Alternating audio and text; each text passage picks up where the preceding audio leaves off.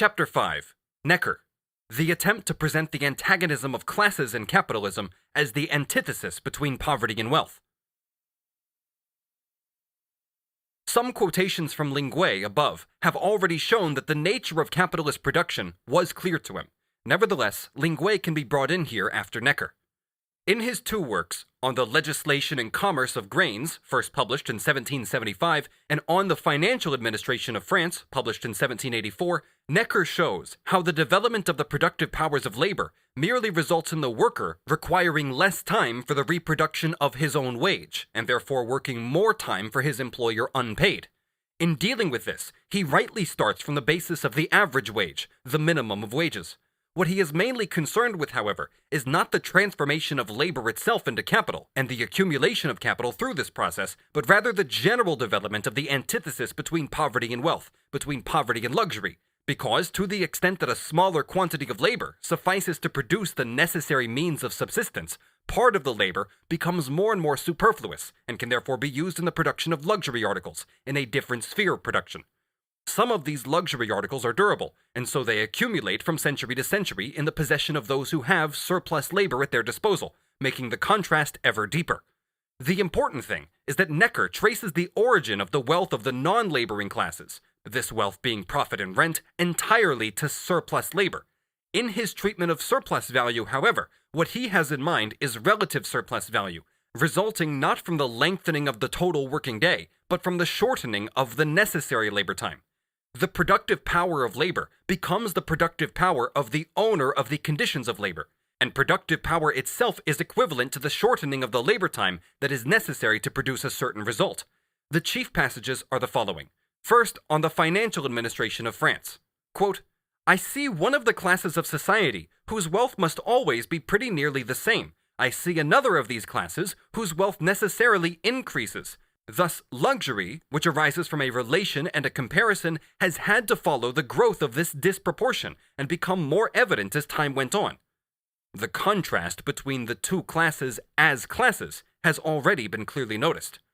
The class of society whose lot is, as it were, fixed by the effect of social laws is composed of all those who, living by the labor of their hands, are subject to the imperative law of the owners of the conditions of production, and are compelled to content themselves with a wage proportionate to the simple necessities of life. Competition between them and the urgency of their needs brings about their state of dependence. These conditions cannot change. The continual invention of instruments which have simplified all mechanical arts has then augmented the wealth and the fortunate lot of the owners.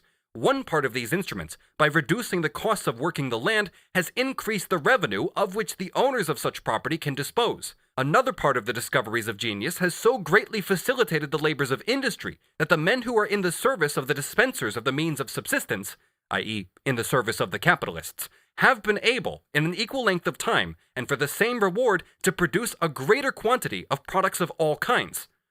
Let us assume that a century ago, 100,000 workers were required to do what is done today by 80,000. The other 20,000 would have found themselves obliged to take other occupations to obtain wages, and the new products of their manual labor resulting from this would increase the pleasures and the luxuries of the rich.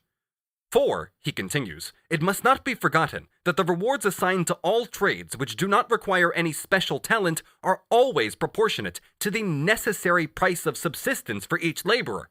Thus, the speed of production, when the knowledge required has become common, does not accrue to the advantage of the laboring men, and the result is only an augmentation of the means for the satisfaction of the tastes and vanities of those who have at their disposal the products of the land.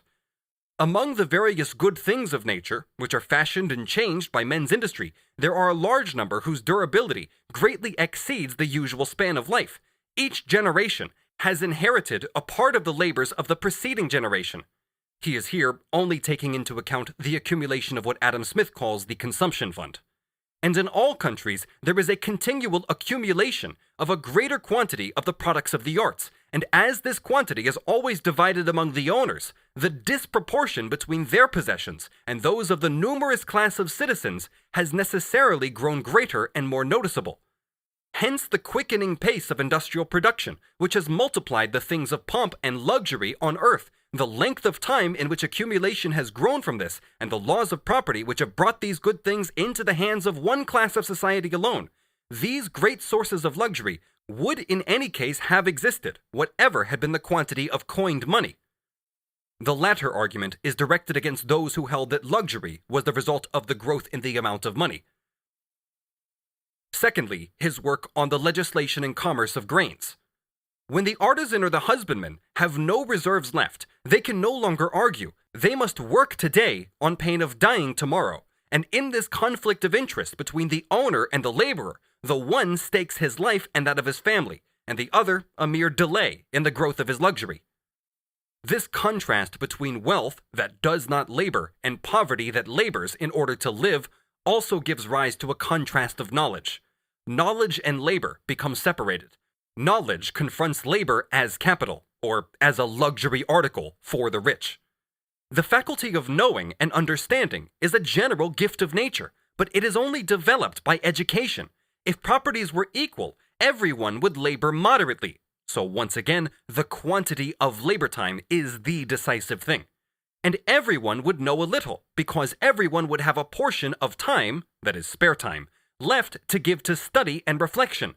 But with the inequality of fortunes resulting from the social order, education is prohibited for all who are born without property, because all sustenance being in the hands of that part of the nation which possesses money or land, and no one giving anything for nothing, the man born without any other resources but his strength is obliged to devote it to the service of the owners from the first moment when his strength develops, and to continue thus all his life, from the moment when the sun rises to the moment when this strength has been worn down and needs to be renewed by sleep.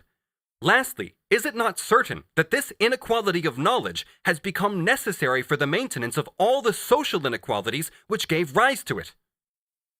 Necker ridicules the economic confusion characteristic of the physiocrats in relation to the land, and of all subsequent economists in relation to the material elements of capital, the confusion which glorifies the owners of the conditions of production, not because they themselves, but these conditions, are necessary for labor and the production of wealth. They begin by confusing the importance of the owner, a function so easy to perform, with the importance of the land,